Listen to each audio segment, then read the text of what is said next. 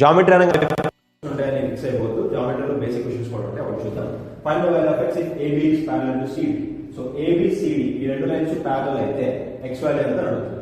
రెండు ప్యారలల్స్ తీసుకుని ఈ రకంగా ఒక పాయింట్ తీసుకుని జాయిన్ చేస్తే ఈ సెంటర్ లో యాంగిల్ ఎంత ఉంటుందంటే ఇటువైపు ఉన్న angles this angle 26 - x and ఈ యాంగిల్, ఈ రెండు యాంగిల్స్ యాడ్ చేస్తే ఎంత వస్తుందో ఈ యాంగిల్ కూడా అంతే.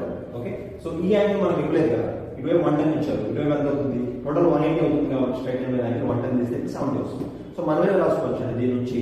So this big angle x + 40 is equal to this angle plus this angle, this small angle 26 - 6 - x plus 70. Okay, ఇది మనం సాల్వ్ చేస్తే మనకి x వాల్యూ వచ్చేస్తుంది. -x ని నేను తీసుకొచ్చేస్తాను, అప్పుడు ఇది +x అవుతుంది, x + x 2x అవుతుంది. అండ్ 40 నాలుగు తీసుకెళ్తే సబ్ట్రాక్ట్ అవుతుంది, 70 లో 40 పోతే 30, 30 and 26 56. సో 2 ని మనం క్యాన్సిల్ చేస్తే x is equal to 28 degrees, right.